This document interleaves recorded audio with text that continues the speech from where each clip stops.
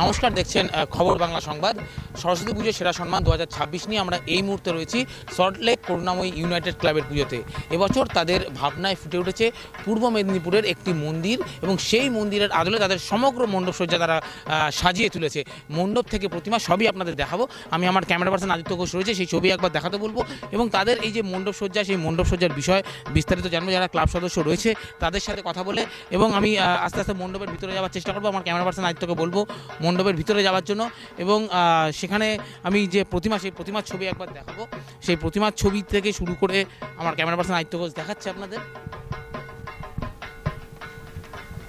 আমি ক্লাব সদস্য যারা রয়েছে তাদের সাথে একবার কথা বলবো।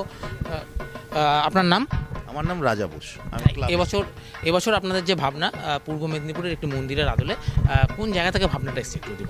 এটা আমরা বিগত 3-4 মাস ধরে একটা ভাবনা চিন্তা করি। প্রত্যেক বছরে আগের বছর তোমরা দেখেছিলে যে আমরা একটা গামছার থিমের প্যান্ডেল করেছিলাম। আর টেরাকোটার মন্দিরটা ভাবনাটা হচ্ছে এটা বিলুপ্ত হয়ে যাচ্ছে এই মন্দিরগুলো, তো সেটাকে আমরা তুলে ধরার চেষ্টা করেছি। এটা পশ্চিম মেদিনীপুরে আটচলা কালী মন্দির বলে একটা মন্দির আছে খড়গপুরের কাছে, সেই আদলেই আমরা করেছি। মোটামুটি 1 মাস।